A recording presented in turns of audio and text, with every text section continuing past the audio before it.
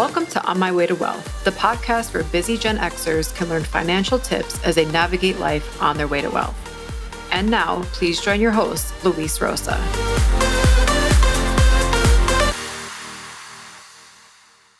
Hello, everyone. Welcome to another episode of On My Way to Wealth. Today, I have a very special guest, someone who has done some groundbreaking work in the field of personal finance. I'd like to introduce you to him and let you know about all the great work he's done. His name is Tom Corley. He's a certified public accountant, a certified financial planning professional, holds a master's degree in taxation, and is a best-selling and award-winning author. His books include Rich Habits, which I'm holding right here, Rich Kids, Change Your Habits, Change Your Life, Rich Habits, Poor Habits, and Effortless Wealth, Smart Money Habits at every stage of your life. Tom has appeared in CBS Evening News, the Dave Ramsey Radio Show, CNN, MSN Money, USA Today, the Huffington Post, Success Magazine, Money Magazine, and many other large media outlets and podcasts in the US and 27 other countries and counting. Tom is a frequent contributor to Business Insider and CNBC. Welcome, Tom. Hey, Louis, how you doing, my friend? I'm doing well, thank you. A pleasure and an honor to have you. How are you? All is well here in New Jersey. It's a little cloudy today, but we're doing okay. Yeah, we're coast to coast. I'm in Los Angeles. Oh boy, yeah. That California, I've only visited there once, Pasadena, for a speaking gig. But it was beautiful. Oh yeah, Pasadena. I lived there for a year and a half. It's beautiful. Now I'm in LA, but I was born and raised in Dominican Republic. Then I moved to New York when I was a kid. So I lived in Washington Heights, and then I have family in Jersey. My sister is she was in Fort Lee, and then she bought a house in South Hackensack. So yeah, those are my old. I'm East Coast at heart, Yeah, we just don't miss the snow. A lot of people on the East Coast that go all over the place. They're everywhere. Yeah, for sure. Yeah, well, thank you for being here. I'm a big fan of your work, and I just wanted to, it's funny because I have read Think and Grow Rich by Napoleon Hill several times, and your work kind of reminded me of that, like the concept of just interviewing a whole bunch of people that have already done something, right? In this case, became rich, and just kind of figuring out what the common theme was among them, So pretty impressive stuff. I wanted to ask you first a little bit about your background. Just, I know you mentioned you run your own business and all that. So how did you come about the world of being a CPA and a CFP Pro? Well, the accountant part, that was just me sitting at the dining room table one night when I had to matriculate. I think I was in early part of my sophomore year, and my dad was an accountant, and so I was paying for college. I was working as a janitor 20 hours a week, but I still, I was at that stage where I had to matriculate, and so I said to my father, I was probably a huge mistake. I should have never asked him, but I said, what should I major in? And he said, oh, become an accountant. You'll never starve. And that, Louis, meant a lot to me then, because we weren't starving, but we had, real estate agents showing our house, I think about a dozen times, because we were always in foreclosure. And it was just, the money was just never there. And you just always worried and stressed out. And I said, you know what? That sounds damn good to me. I'll become an accountant, and and I'll become a CPA, and I won't have to ever worry about becoming poor, which we were. And I didn't want to be there. So that's why I became a CPA. And then I took that further. I was at Arthur Andersen. I started my graduate program at night. It was 3 days a week for like almost 3 years. And I got my master's in tax. And, the company paid for a lot of that. So that was important because I wasn't making any money. And we had a kid, and I was married, had a kid. And so it was like, it was a big commitment, and I have to thank my wife for letting me, because my son was 3 months old when I started going to graduate school. That was wow. Yeah, that was a big deal that she let me do that. And then I got my CFP, my Series 7, my life insurance. I did that all in a period of 18 months. And then I kind of, it's strange, when I was studying for the CFP exam, I was also wrapping up my research that I had been working on for like 5 years on the daily habits of rich people and poor people. I wanted to, everybody talks about what it takes to be rich, but nobody ever, and that's important because you need to know what to do, right, Lewis? But nobody ever studied poor people. And I thought, great point. Well, I think there's more value in studying poor people because I think it's important to know what not to do. And I also, because we were rich, we started out rich, we became poor. I was on both sides of the aisle, and I wanted to know more about it. What causes you to become rich? What causes you to be poor? And I just wanted to avoid that at all costs. So, I learned quite a bit. And that research was wrapping up when I was just about taking the CFP exam, and almost immediately after that, I started my first draft of Rich Habits, and that took about 2 years to come out, whatever.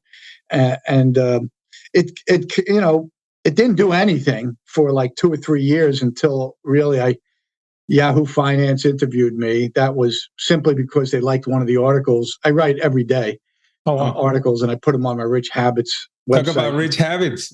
Yeah, it's a consistent thing. Every day I do it, and I've been doing it forever since I can remember. And Farnoosh Torabi at Yahoo Finance, she liked one of the articles and wanted to interview me for her show. And it was interesting. I did the interview. It was the first time I was actual TV interview, and they came to my office with 2 cameras and a big crew, 5 people, and boy, that makes you feel real important. Oh, I bet. Let me ask you, did you have a glam squad too? Is there hair and makeup? No, they didn't, because it was off-site. It was in the field, and they don't do that. When you go into the TV studio, I found that out with CBS and with AOL, Yahoo, Success Money Magazine. They all have their studios, their TV studios, and I did get my makeup done there. But no, it was so. I was in awe of the whole process. But the interesting thing is, it was funny, Lewis. As the producer was walking out of the building, I followed them out the building, and I said, "Hey, how many hits?" I'm thinking Yahoo. How many hits could we get on this? And I'm thinking in my head, 1 million, 2 million, 3 million. She said, "Oh, if we get 50,000 hits, we'll be happy." And I said, 50,000? I said, "Well, what's the most hits you ever had?" And they said, "Oh, only 400,000 hits." She said, we it's a good show. It's a popular show, and it's an award-winning show, but, the most we've ever had is 400,000. Well, about 2 months later, the interview came out, and we had 2 million hits in a 24-hour period. Wow. I was getting calls from the host. I was getting calls from the producer. They were emailing me. They were flipping out. They were like, "Oh, my God." And then Dave Ramsey picked up on the interview. That was cool. And I remember coming home from a client late one night, that Wednesday night after the Yahoo interview aired. And my wife said, "Hey, some guy named Dave Ramsey's been trying to get a hold of you." And I said, "Dave Ramsey?" And I was thinking, like, I don't have any clients named Dave Ramsey. I said, Right. I don't know who, I don't have any clients. And she said, "Oh, no, he's some radio guy." I said, "You mean Dave Ramsey, the radio host?" He's Dave Ramsey. So I that night, I think at like 10 o'clock, I took a shot and I called his studio, and his daughter answered. And she said, yeah, we want to interview you. I'll put you in touch with the producer. And the next day I spoke to the producer, and they had me on that Friday. And oh my God, it was like between Yahoo and Dave Ramsey in the same week. It was amazing because Dave Ramsey told me right before we got on, he goes, "I'm only going to have you on for a segment, which is 5 minutes." And he had me on for half an hour. Wow. And it was amazing. And I had so many friends and people that I knew that were listening. I didn't tell them I was going to be on the show. They were just listening. And my friend who's a CPA, he said he almost crashed his car. And that was kind of funny. And I was getting phone calls from all over the place. Dave Ramsey has 8 million listeners. My God, Lewis, for a self-published author who sold like 200 books in 3 years, I sold like 30,000 books in a week.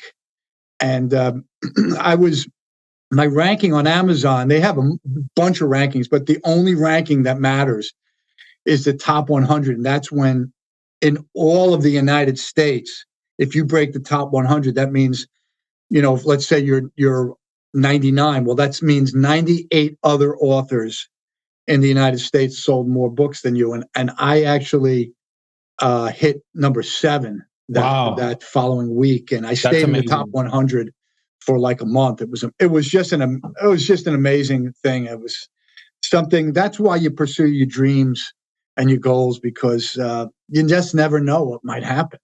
Yeah, I find that fascinating because when I was reading this book, Rich Habits, you talk about the 4 different types of luck, right? And some people might have looked at you and be like, "Oh, he's so lucky! Like he got a break, right?" But you've been at it for years. Oh my God! I pitched in 2012. I spent over the course of 2 years, 2012 and 13. It was really a year and a half. I think I made 1,800 phone calls to radio stations. Wow. And I ended up getting 150 radio interviews that, in that period of time. And so by the time Yahoo came around, I was a seasoned pro. And then, of course, the Dave Ramsey radio interview, that was a walk in the park for me. I love that. Yeah. So it was, I was the beneficiary of opportunity luck. That's a type of good luck that you actually create by pursuing your dreams and your goals and having certain habits that you consistently apply. And I was just a beneficiary of opportunity luck. So it was funny that all of this stuff that I was writing about, that I was actually experiencing in real time. And I was like, holy crap, this stuff actually does work.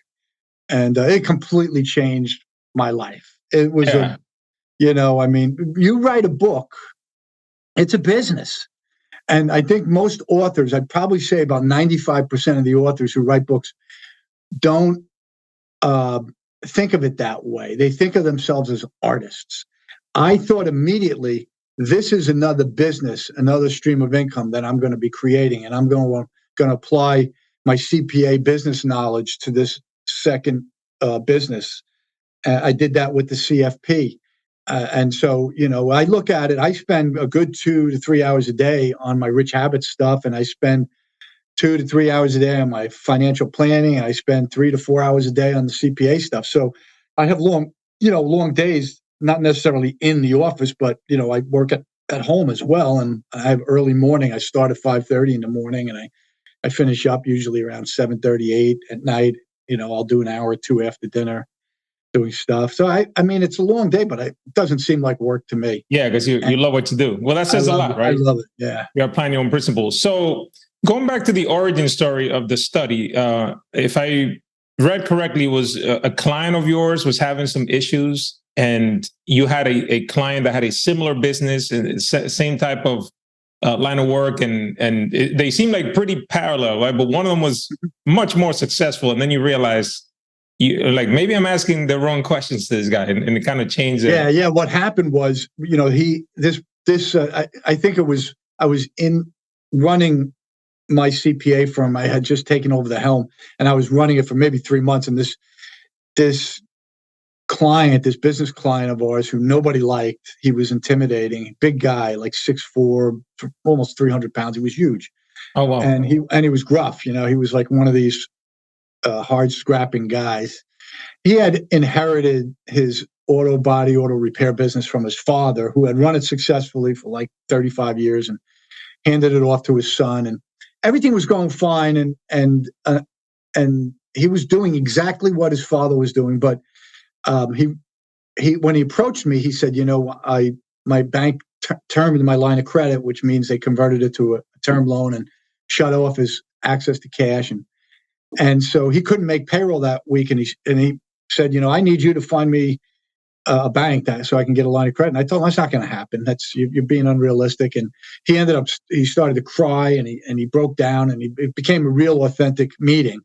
And so I remember leaving that night, and I told my wife about it when I got home, and I said, it really broke my heart, And so I started reading The Millionaire Next Door to see because he asked me, what is it that your successful clients are doing that I'm not doing? And so I started reading Millionaire Next Door, and I tried to figure out, what the successful people do.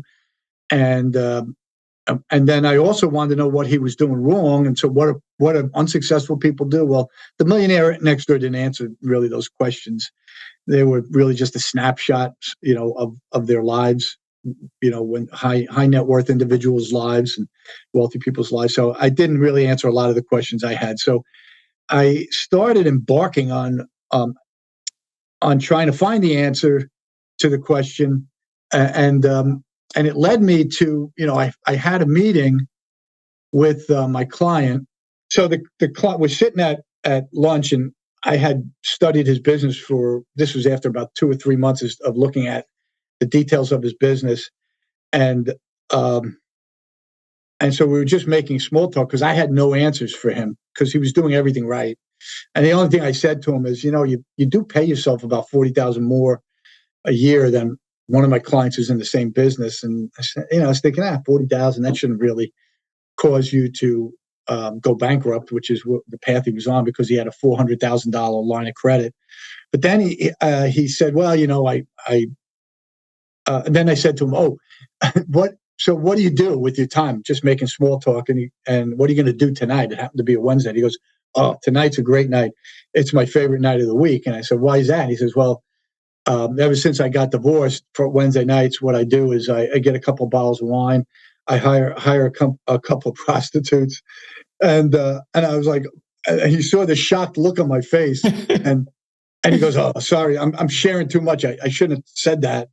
And then I started doing the math. I said, how much do you pay for the wine is pretty simple. It's probably $30, $40, but how much and they go out to dinner.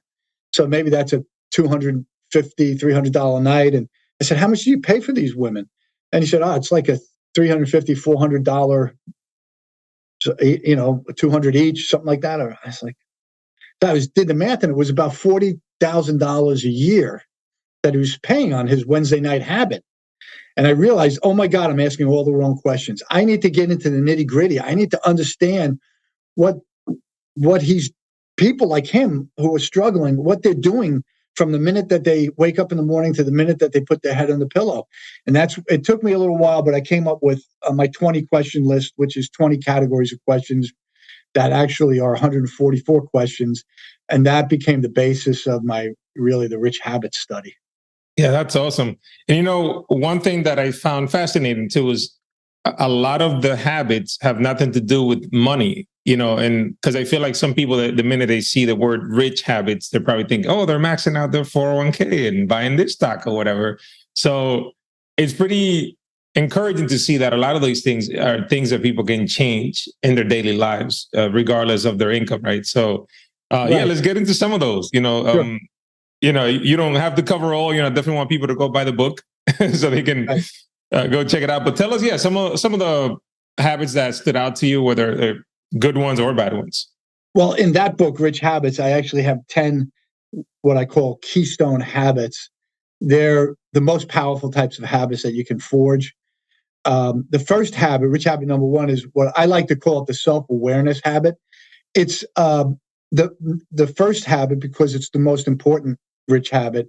And it's the most important rich habit because in order for you to change your life, in order for you to change the habits that you have to be aware of the habits that you have.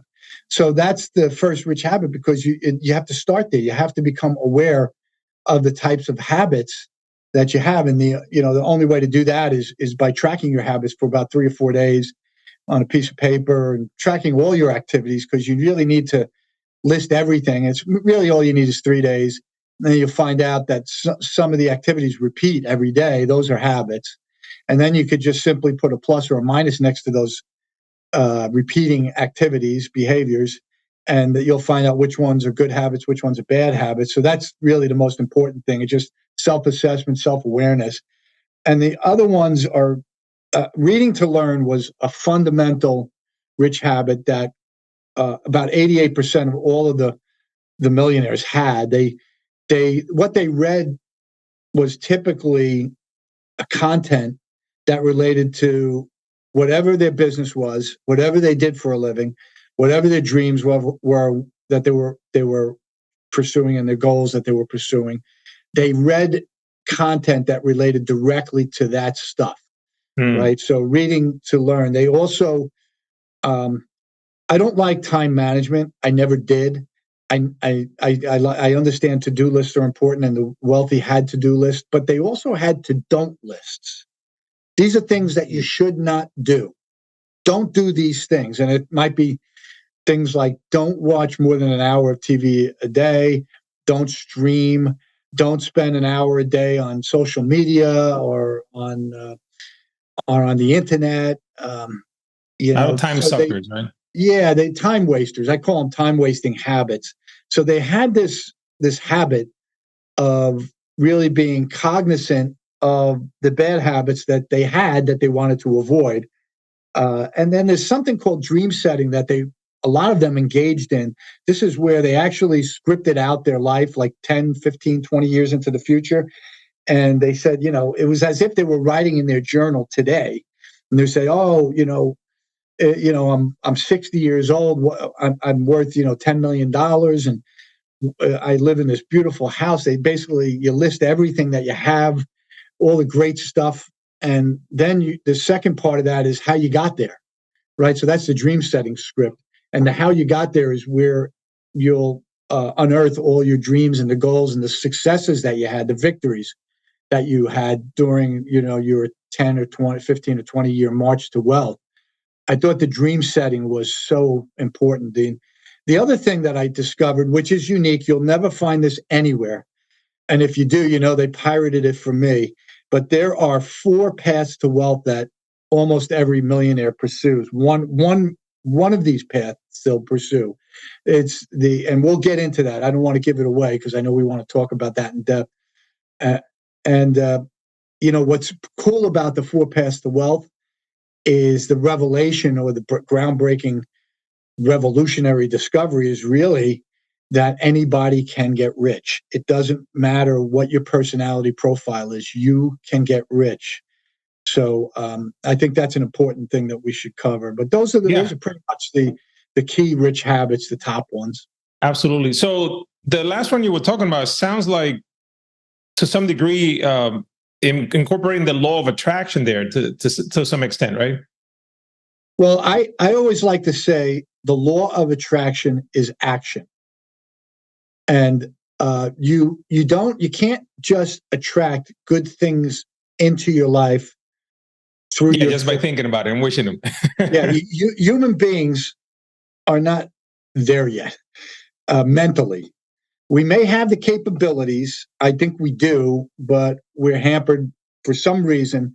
Our mental abilities are actually much greater than we would ever imagine them to be. But for some reason on this planet, anyway, they're hampered. Maybe on other planets, you can think things into existence, but not on Earth right now. So the law of attraction sounds great. It sounds great because it's actually, for those people that do not want to do anything, it's the shortcut approach to wealth creation, right? Yeah. I can just think great thoughts and great things are going to happen. Nope, not going to happen. Yeah, that won't work in and of itself. Yeah. No, you got to take action on your dreams and on your goals, and then you will attract all these good things. So the law of attraction requires action. Gotcha. So they visualize themselves in the future, what they wanted to attain, as if it was in the present, but then they plan backwards from there. So this is how I got there, and then that's right. And in that, there's where the dreams are identified, and how you got there, the dreams and the goals and the victories and the successes. What did you accomplish? What did you do? What did you do during that 10, 15, 20 years to accumulate all of this wealth? And so the next step is really to bullet point all the dreams. And then you will have to build goals around each specific dream. A particular dream, like becoming a CPA, that might require 4 or 5 goals. I have to work as a janitor 20 hours a week because I can't afford to pay for college otherwise. I have to study I have to go to class, and then I have to take the tests, and then I have to do this for 4 years, and then I become a CPA. So that's a dream, becoming a CPA. Becoming a CFP is a dream. There's goals behind the CFP is I've got to, sign up for the CFP exam. Then I have to study for like 6 months, and that requires daily effort. Yeah. And then I have to pass the practice exams, and then I have to take the test. And so, you have to, you have this dream, and then you have all of these goals beneath it that you have to pursue. And goals are really the construction crew of your dreams. So, and the secret to goal setting, and I think this is where most people fail in the goal setting process, is they mistake dreams for, they'll say a goal is a goal when it's actually a dream. And you can't accomplish dreams. You can only accomplish goals. You can realize dreams through the accomplishments of your goals. So in order to realize a dream, you have to pursue goals and you have to accomplish them. Yeah, that's powerful. That's powerful. So tell me about the four paths to building wealth. In your study, you found that these millionaires had at least one of these avenues, right?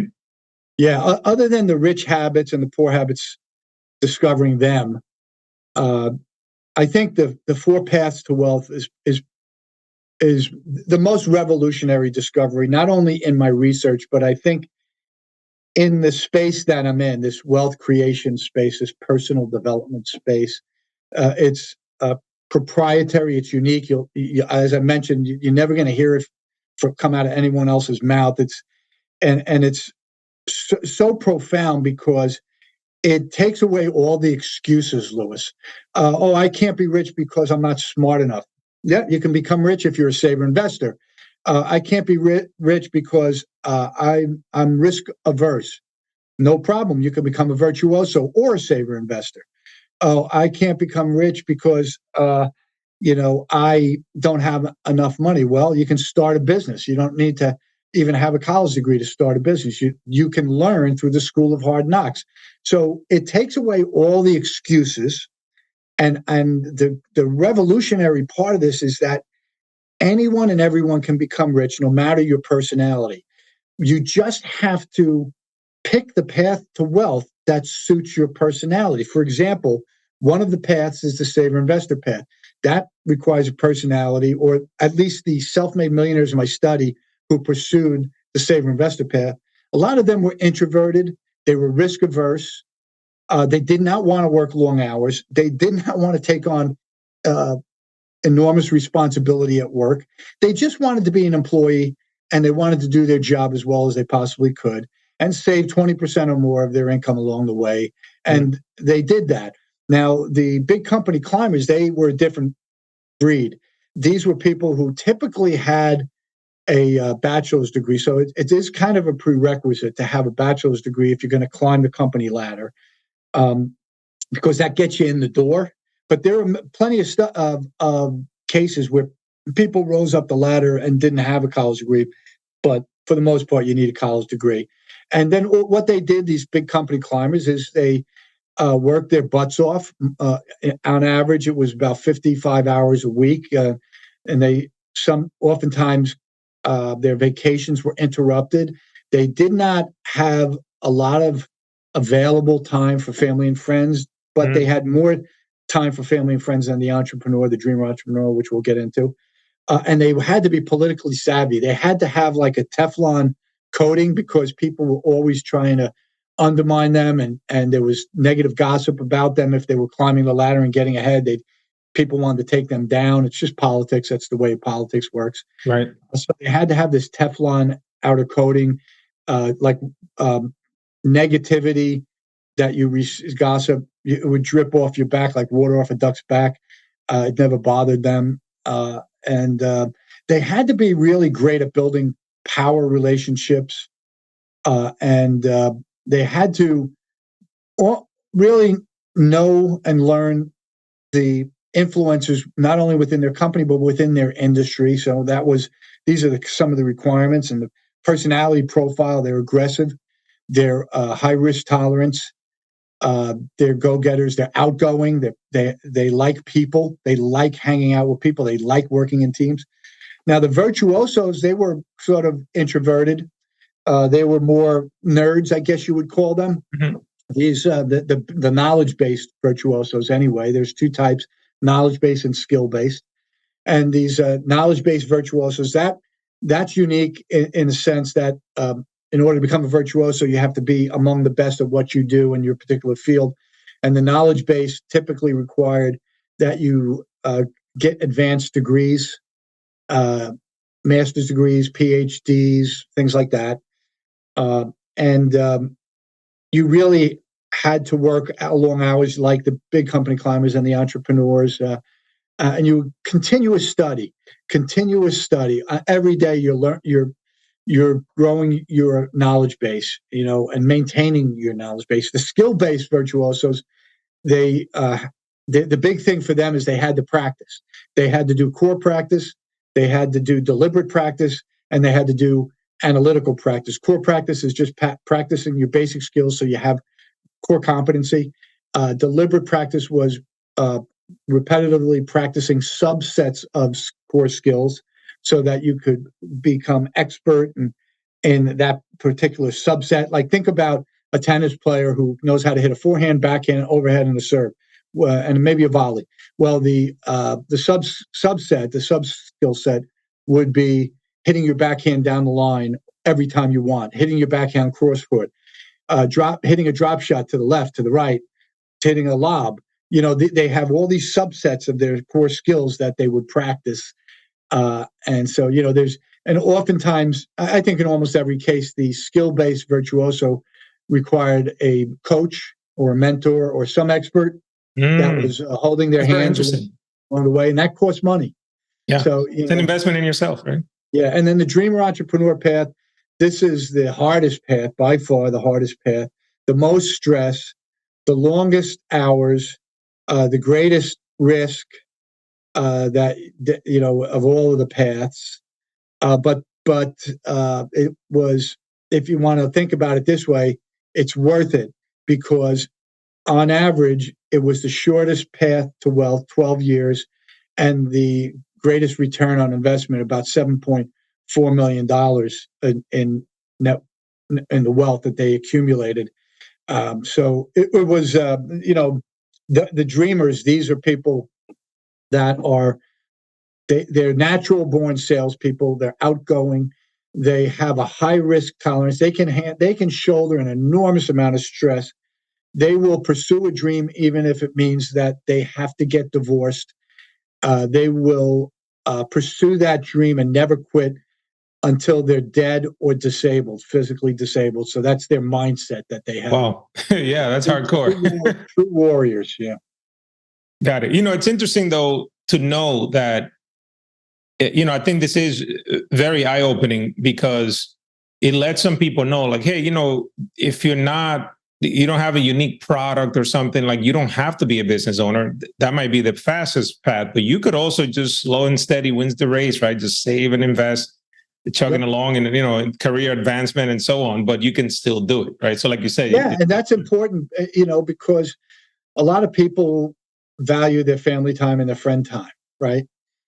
And entrepreneurs, and to some extent big company climbers, their family and friends are second and third on their priority list.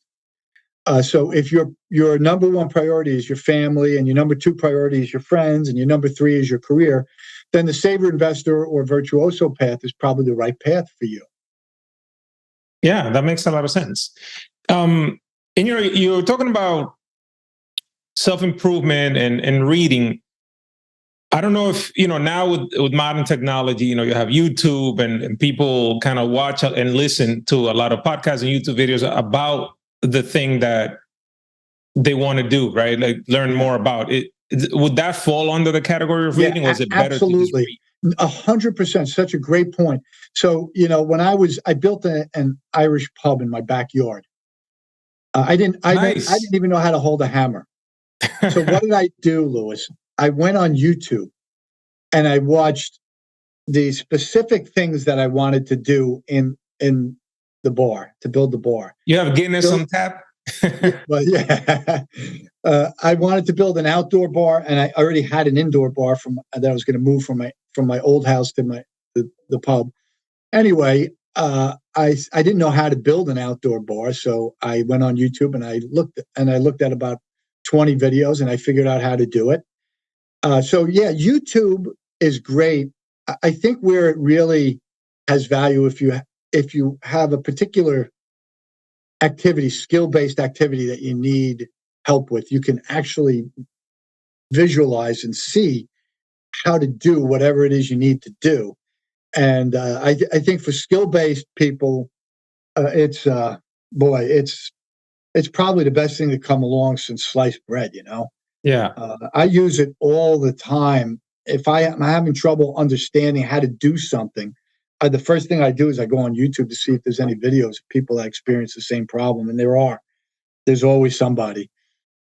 Yeah. Yeah, that's podcast would be part of that now. That's good to know. How important were positive affirmations to the millionaires in your study? I think a lot of people give up on positive affirmations. That was a big thing. It came really out of Think and Grow Rich, and also the law of attraction. So people were just coming up with these affirmations. I will be successful. I will make $150,000 this year, and only to learn that nothing happens, right? So what I found in my research that will be helpful is affirmations do work, but only when they are applied to your goals.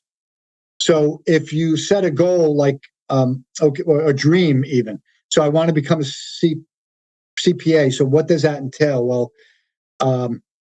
I have to study.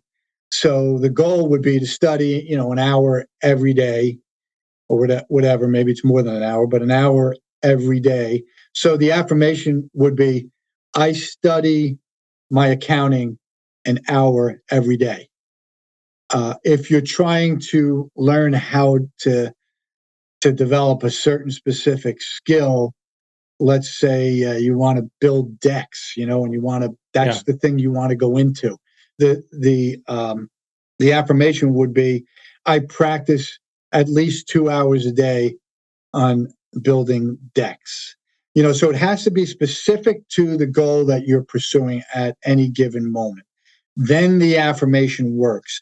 If you're a salesperson and you want to make an additional $150,000 a year, well, what does that entail? Well, if you're in, let's say, life insurance, maybe it means you have to have 10 more meetings a month. Well, what does it take to get those 10 meetings? Maybe it takes 10 telemarketing or phone calls, cold calls a day. So what would the affirmation be? The affirmation would be, I make 10 telemarketing cold calls a day. So that's how that reframe. Yeah, because just tying it to an action item, not just like wishing, like, oh yeah, right. I'm a millionaire, and then nothing happens. Yep. No, it was pretty cool. Another thing I read in your book was that I believe it was 84% of the self-made millionaires had at least 3 streams of revenue. Is that right? Can you tell us what those were?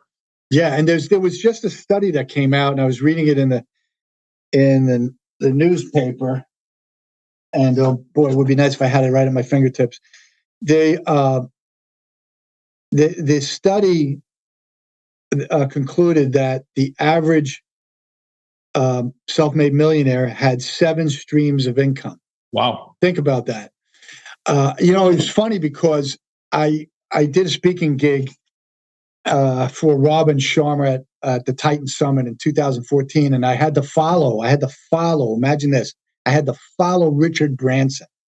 Wow. On stage. No pressure. Yeah, I know I probably can't curse here, but I was, a brick. And my knee, I did speaking gigs all over the place, but I swear to God, my knees were buckling until I heard him speak. Then after I heard him speak, I said, oh, I got this. I'm a way better speaker than him. So the funny thing was, though, afterwards, Robin allowed us all the speakers to meet have a little bit of personal time with Sir Richard Branson. And I asked him a question. I said, do you think it's been said that you're a workaholic, that you work like 14, 15 hours a day. And I said, do you think of yourself as a workaholic? And he said, well, that's a good question. He said, if I played for 14 or 15 hours a day and I had all of this wealth, what would you think about me? I said, I think you're lazy. And he goes, yeah, that's how I think every day. Because every day I play 14 to 15 hours a day. He goes, because I love what I do. Yeah. And I was like, holy crap. That completely changed my business model, because I was like, I'm going to the CPA business. I'm going to incorporate my rich habits into the CPA and the financial planning business, because I love my rich habits. And now I love my CPA and my financial planning business, because it's all integrated. I love that. So I did that. I completely changed my business model after that meeting I had with him. Yeah, it went beyond the numbers. Yeah. So tell me about some of the income streams. Yeah, I would imagine some were the regular jobs, maybe. Yeah, they're the typical ones. There's nothing really unique about this. Real estate rentals, and in many cases, these were vacation rentals. So they were renting them their house or condo that was down by the shore, or at a ski resort, or in a mountain area, or by a lake. They had annuities. They had wealth managers managing their money. They had some reinvested dividends, things like that. Yeah, mutual funds. They had in some cases they were like minority owners in some business that they were familiar with, the businesses that they knew. They knew the business. They knew the people working in the business, so they knew that they were going to be running the business and managing it properly. So they would ask them, hey, could mind if I put in $1 million and I just want like 20% interest or whatever. Gotcha. And then they wouldn't do anything, they just get their share of the profits, that kind of thing. They did side gigs like that. And they were, some of them were creative like me. They wrote books, some wrote music. They had, you could call them hobbies, but they were passions. So they're engaged in passions that they were able to at some point monetize and make money on. There's life insurance, cash surrender value. They used some of that. They built that as a revenue stream. Just about anything you could think of in the financial planning area, they were involved in, and some unique things as well. Yeah, so like your average person with the proper planning and enough time can get to those, or having multiple streams of income without having to be an entrepreneur if they don't want to be, right? So and what I found was that at the bare minimum, you need 3 to become. That's what the millionaires had. They had about 3. Many of them had 4 or 5 or more. A little less than 50%. I think it was 46% had 5 streams or more. So I was thinking about just people like W-2 employees. They can have their job that pays. Let's say if their employer offers a match in the 401k, so when they contribute, that's another source of income right there, right? Taking advantage of that, and then the compound interest over time, right? Just before we got on this podcast, someone that follows me on Twitter shot me a tweet and said, "Hey, I have 20 rental properties and I have 30 renters," and so he said, "So I have like 30 monthly streams of income." And I said, "Oh, that's interesting, because I have my CPA, I have my CFP, I'm a paid speaker. I also have 6 books, and so that's 6 streams right there. But you know what? I have some of those books are in every 11 countries." So I was doing the math, and I said, I think I have 77 streams of income by his math. And by his math. I personally, I look at it as CPA, CPA. speaker stream, and author stream. I think of it as 4 streams, but really you could break the author stream down like he did. Yeah. And it's true, because I get royalties all throughout the year. I get it, from different countries, and sometimes in March and April, sometimes in June. Sometimes I get it every month from different places. So I guess so. It is different streams at different points in time. Yeah, that's pretty cool. Yeah. One last question I had for you was, how important was the sphere of influence, the circle that people chose to hang out with? Yeah, it was so important. I actually came up with a catchphrase, and it was the true currency of the wealthy is relationships. I think the way I've worded it was relationships are the true currency of the wealthy. And money is important, but it's the relationships that are the most important because, especially in the dreamer entrepreneur path to wealth, they might pursue something and fail miserably. And the next thing you know, they went from being worth 5 million to being worth nothing. And what do? They tap they always have something else. And these influences, these power relationships that they built with other people, and in some cases that they made money with because those people believed in them, they would tap them and say, hey, you know what, this other business failed, but I got this other thing in. And he goes, yeah, I'll give you $500,000. Wow. And so those power relationships, they don't necessarily have to be there just for the dreamer entrepreneur.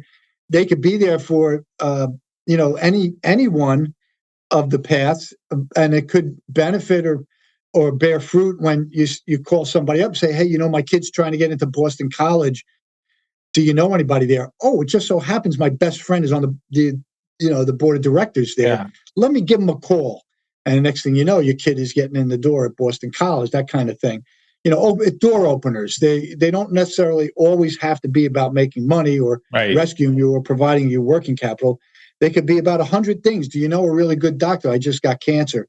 I got, this type of cancer. Oh, yeah, I know a great doctor. And this is the one, that kind of thing. That makes a lot of sense.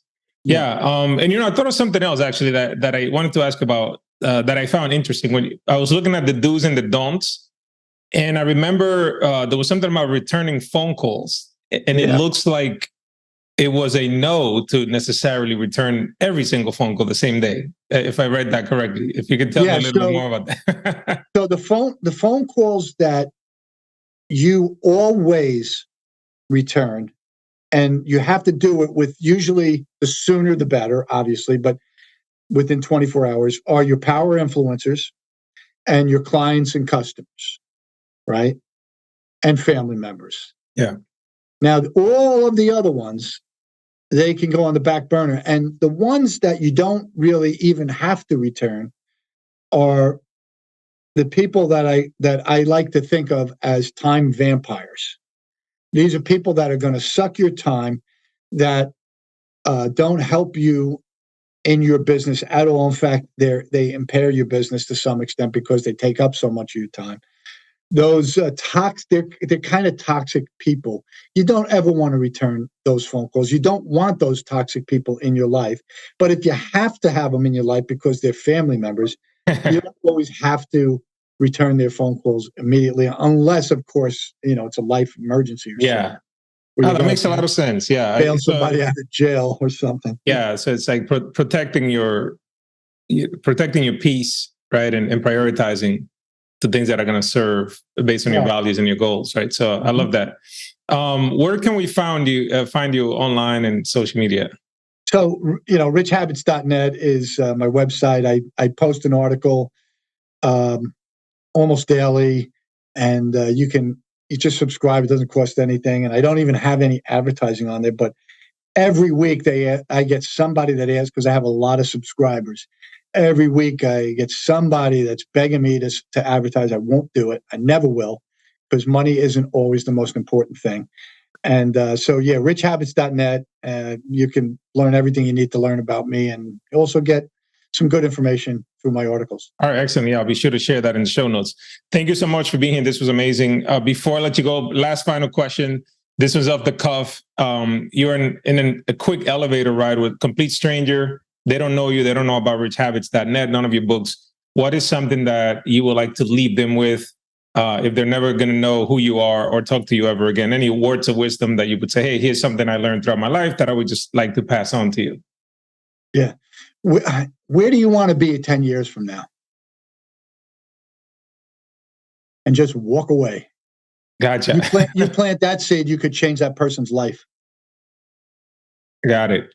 Yeah, no, I love that. And then hopefully, they know enough to just plan backwards from there. Yeah, once they realize, makes a lot of sense. Yeah, so you're not just chugging along, just letting life happen to you, right? Yeah, and if the person, if they know me, it has more value, of course, if they know who I am. So if I'm a celebrity and I walk in an elevator and they know who I am, and they're just petrified to talk to me, then and they say hello, and I know that they're scared, that would work. If I'm a complete stranger to them, they might have no value at all. So, well, awesome. Thank you so much, everyone. Tune in to the next episode, but be sure to check out Rich Habits, richhabits.net. Check out Tom's books. Sign up for the newsletter. Thank you for tuning in. As always, if you have any questions, send me an email, luis@onmywaytowealth.com. Like and subscribe and share if you like the episode. Thank you for tuning in, and I'll see you in the next episode. Thank you for listening to On My Way to Wealth. If you have any questions, please send me an email at luis@onmywaytowealth.com. The information provided here is for information and education purposes only. The opinions expressed herein are solely those of myself, unless otherwise specifically cited. Material presented is believed to be from reliable sources, and no representations are made by my firm or myself about other parties' information or accuracy or completeness. All information or ideas provided should be discussed in detail with a financial advisor, accountant, or legal counsel prior to implementation. Thank you.